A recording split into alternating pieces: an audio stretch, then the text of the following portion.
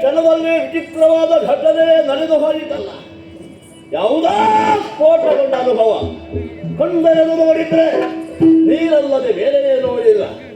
ಸುತ್ತ ಆವರಿಸಿರುವ ಕಪ್ಪಲು ಧರ್ಮಧ್ಯೆ ನನ್ನ ಜನನ ಯಾಕೆ ಹುಟ್ಟಿದೆ, ಯಾರಿಂದಲಾಗಿ ಜನ್ಮವನ್ನು ತಳೆದೆ, ಮುಂದೆ ಏನು ಮಾಡಿದೆ, ಯಾವುದು ಗೊತ್ತಿಲ್ಲದೆ ಹೋಯಿತಲ್ಲ. ಹುಟ್ಟಿದ್ದೇನೆ ಅನ್ನುವಾಗ ಜನ್ಮ ಕೊಟ್ಟವ ಒಬ್ಬ ಬೇಕಲ್ಲ. ಎಲ್ಲಿ ನನ್ನಪ್ಪ, ಎಲ್ಲಿಯೂ ಕಾಣುವಂತಿಲ್ಲ ನೀರಿನಲ್ಲಿ, ಎಲ್ಲಿಯಾದರೂ ಇರಬಹುದು. ಹುಡುಕಪ್ಪ ಹುಡುಕಪ್ಪ, ಹಾಕಿದರೆ ಮುಂದೆ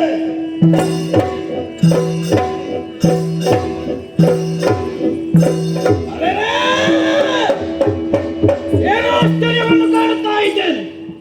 ತುಂಬಿದ ಜಲರಾಶಿಯ ಮೇಲೆ ಒಮ್ಮಿಂದೊಮ್ಮೆಲೆ ನನ್ನ ಹುಟ್ಟು ಯಾಕಾಯಿತು, ಹೇಗಾಯಿತು ಎಂಬುದು ನನಗೆ ತಿಳಿದೇ ಇಲ್ಲ. ನನ್ನ ತಂದೆ ತಾಯಿಗಳು ಯಾರು, ಎನ್ನುವಂತಹ ಬಲಿಮೆಯೇ ನನಗಿಲ್ಲ.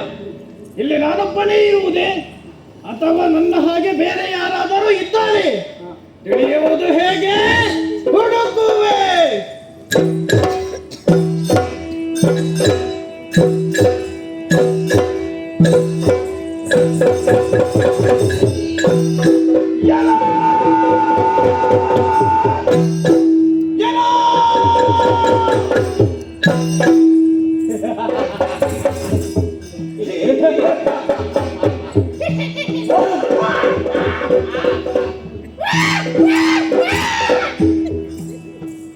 ಬಹಳ ಸಂತೋಷವಾಯಿತು. ಯಾರನ್ನು ಹುಡುಕಾಡಿಕೊಂಡು ಇಲ್ಲಿಯವರೆಗೆ ನಾನು ಬಂದೆನೋ ಅಂತಹ ವ್ಯಕ್ತಿ ಸಿಕ್ಕಿದ. ಯಾರದು? ಏಪ ಏಪ ಏಪ ಯಾಕಪ್ಪ ನನಗೆ ಜನ್ಮ ಬಂದಿತ್ತಿ? ನನ್ನಿಂದ ಮುಂದೆ ಆಗಬೇಕಾದಂತಹ ಕಾರ್ಯಗಳಾದರೂ ಏನು? ನನ್ನ ಹೆಸರೇನಪ್ಪ? ಹೇಳಪ್ಪ, ಹೇಳ ತಂದೆ. ಏಕೆಪ್ಪ ಏಕೆಪ್ಪ ಏಕೆ ಅಪ್ಪ ನನ್ನ ಜನ್ಮ? ಹೇಳಪ್ಪ. ಯಾರ ನಿನ್ನ ಅಪ್ಪ? ನಾನು ಬೆಪ್ಪನ. ಮತ್ತೆ ಯಾರು? ನನ್ನ ಅಪ್ಪನಿದೆ, ಬೇರೆ ಯಾರಿಲ್ಲ. ನನ್ನಪ್ಪನನ್ನೇ ನಾನು ಹುಡುಕ್ತಾ ಇದ್ದೇನೆ. ಇನ್ನು ನಿನ್ನ ಅಪ್ಪ ಯಾರಂತ ನನಗೆ ಹೇಗೆ ತಿಳಿದು?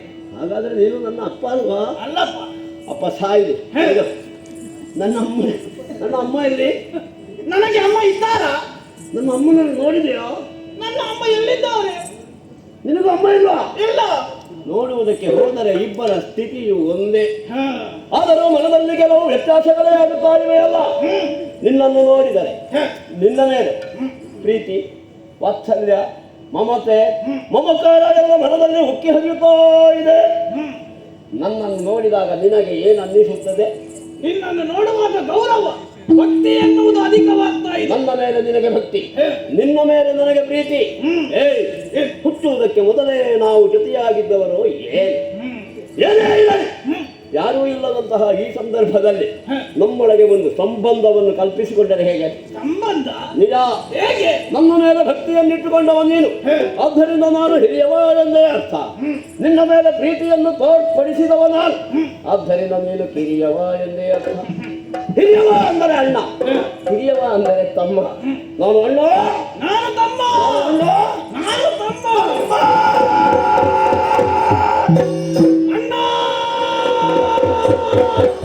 ಯಾರು ಇಲ್ಲದಂತಹ ನಾವು ನಮ್ಮೊಳಗೆ ಸಂಬಂಧವನ್ನು ಕಲ್ಪಿಸಿಕೊಂಡೆವು, ಅಷ್ಟೇ ಸಾಕೆ. ಮತ್ತೆ ಏನಣ್ಣ? ಶಾರೀರಿಕವಾದಂತಹ ವ್ಯತ್ಯಾಸವನ್ನು ಕೂಡ ಗಮನಿಸಬೇಡವೇ ತಮ್ಮ? ಏನಾಯ್ತಣ್ಣ? ಅನುಜ ಅಣ್ಣ.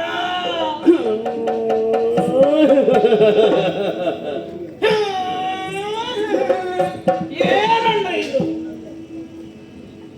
ಗೊತ್ತಾಗಲಿಲ್ಲ? ಕಂಠದಿಂದ ಕೆಳಗೆ, ಸೊಂಟದಿಂದ ಸ್ವಲ್ಪ ಮೇಲೆ ಮಧ್ಯಪ್ರದೇಶ ಉಂಟಲ್ಲ, ಅಲ್ಲಿ ಗಲಭೆ. ಮಧ್ಯಪ್ರದೇಶ ಗಲಭೆ ಗಲಭೆ. ಯಾರೋ ಎಬ್ಬಿಸುವುದಲ್ಲ, ಮತ್ತೆ ಹೊಟ್ಟೆಯ ಒಳಗೆ ಏನೋ ಒಂದು ರೀತಿಯ ಕಿರುಚಿರು, ಏನನ್ನಾದರೂ ಹಿಡಿದು ತಿನ್ನಬೇಕು ಎಂಬಂತಹ ಆಸೆ. ಭವಿಷ್ಯ ಇದು ಹಸಿವೆ ಅಂತ ಕಾಣುತ್ತದೆ. ಆಗುತ್ತಿರುವ ಹಸಿವೆಯನ್ನು ನಿವಾರಿಸುವ ಬಗೆ ಹೇಗೆ?